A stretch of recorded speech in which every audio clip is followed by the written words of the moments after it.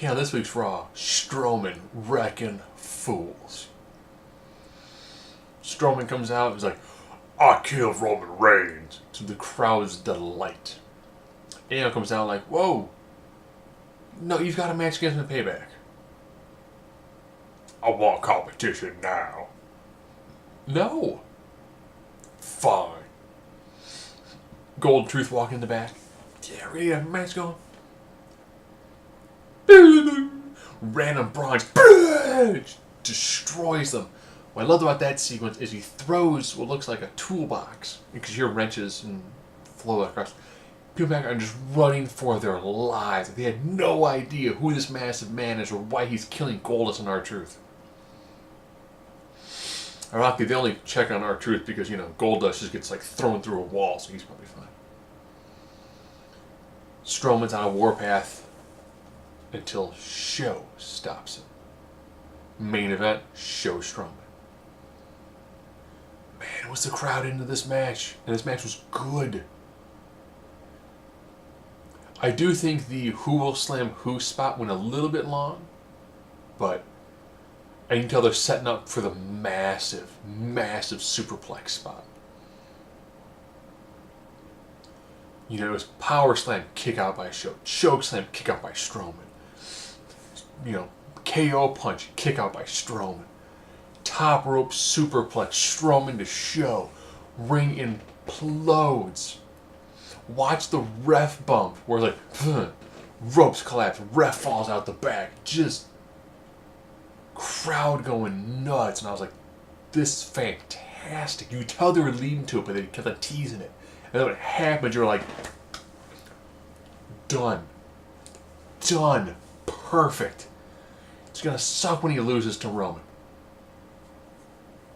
Now, if I really surprised the fans, Strowman goes over Roman, and then you do a match where it's Strowman-Lesnar. That could be your filler feud. You put Roman in the mid-card for a little while, actually gain some sympathy, and then you can build up from there. Man, it was so good. The women had a match. 4-way. James, Jax, Bliss, Banks. And I think it's just figuring out how are we going to get Nia Jax over. Can you see that script? Cross out Braun Strowman. Cross out guys and put in women's division. Nia Jax women's division. And beautiful character by Bliss with her whole you know what, Nia Jax? I want nothing to do with you. Roll in the ring. Cower in fear. But she was she's going to take it. She's going to win this match. From her, on the top rope, I'm going to... No. I'm not. No. Nope. Not jumping Nia Jax. I'm just going to be out here. Forget you even saw me.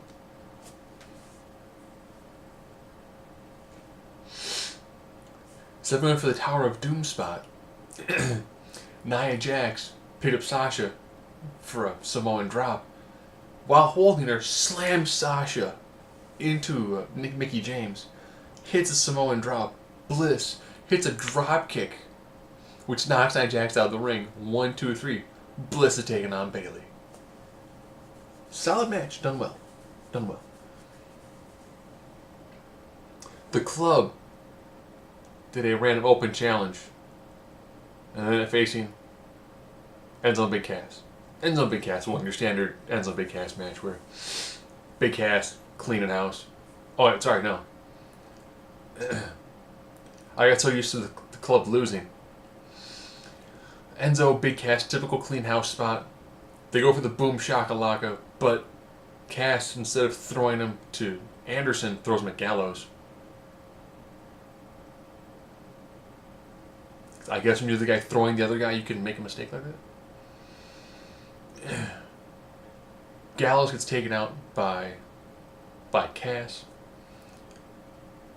Enzo again goes for a second rope, leaping DDT, gets caught, and then gets thrown legs first into the top rope.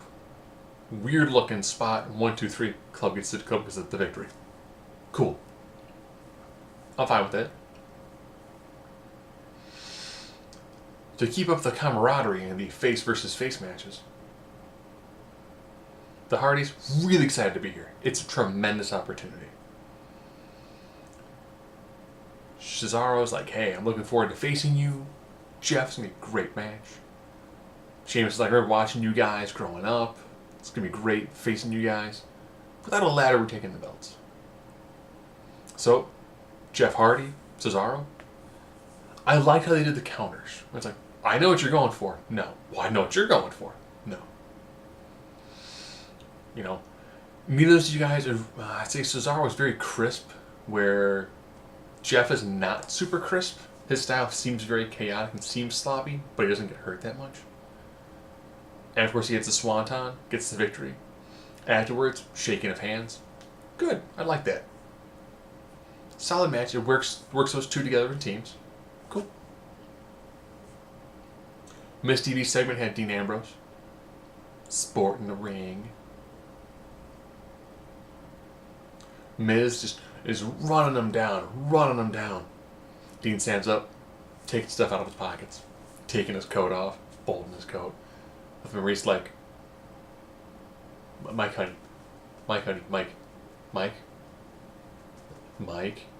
he's going to hit you. Throws his coat at Maurice. Maurice's like, what? And then the beatdown begins. Like, hey, you know what? We've seen it before. It works. Ambrose cut a great promo about he doesn't care what people think about him. He doesn't care how he looks. He cares about being in the ring, beating the crap out of people, getting the crap beaten out of him. You know, he's like, I like black eyes. I like spitting out blood. I like spitting out my own teeth. Just this great. I do this because I love it, not for the money or the fame or the glory. It's the exact same promo he would cut. He's facing John Cena in a big program. It was just, that's why the crowd loves Dean. Dean's character feels very authentic. I was like, you know what? Dean and Miz, that works. Maybe if Dean will lose the belt to Miz, a Miz Roman Reigns proper feud could work pretty well. And then you give Reigns an actual like mid-card run. Keep him out of the main event. He's not the big star of the show. Put him in a little bit of a mid-card run, just for a little bit.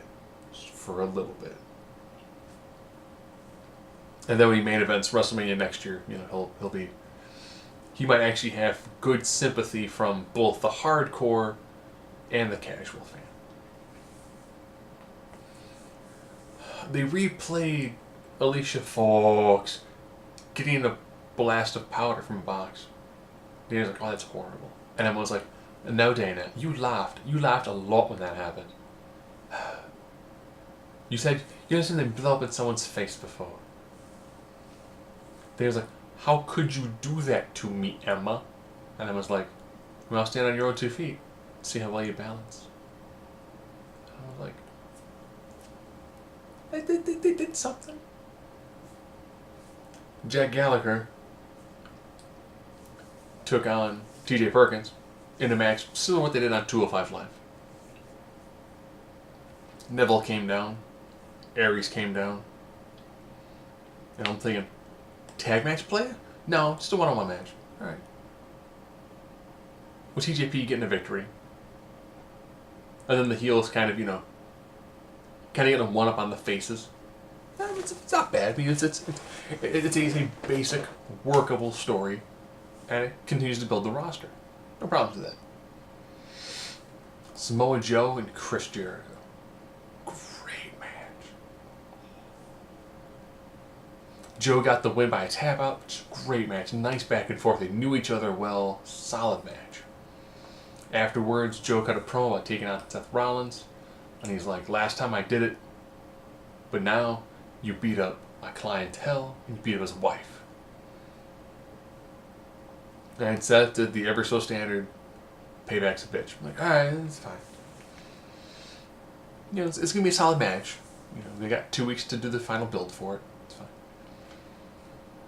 Bray cut another really wicked promo with interspersed mental house and all that stuff for the House of Horrors match. And I'm like, man, this is so well built for Bray.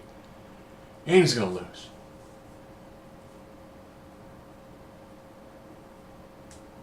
And the Drifter was there randomly, just in the background, playing his guitar, walking through. I think the Drifter's going to have a feud with Jericho. Which, I mean, that could be a solid way to get him into the mix. I've often joked that Apollo Crews should team up with Titus O'Neil because they both have the look, but they've gone nowhere.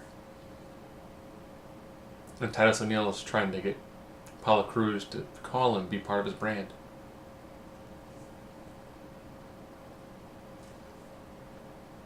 So that was awkward. But that ending, man, seeing the ring explode was ridiculous. They did some character building, but a lot of it, again, was just some of the big moments that are going to drive internet traffic for them. And with that, not bad.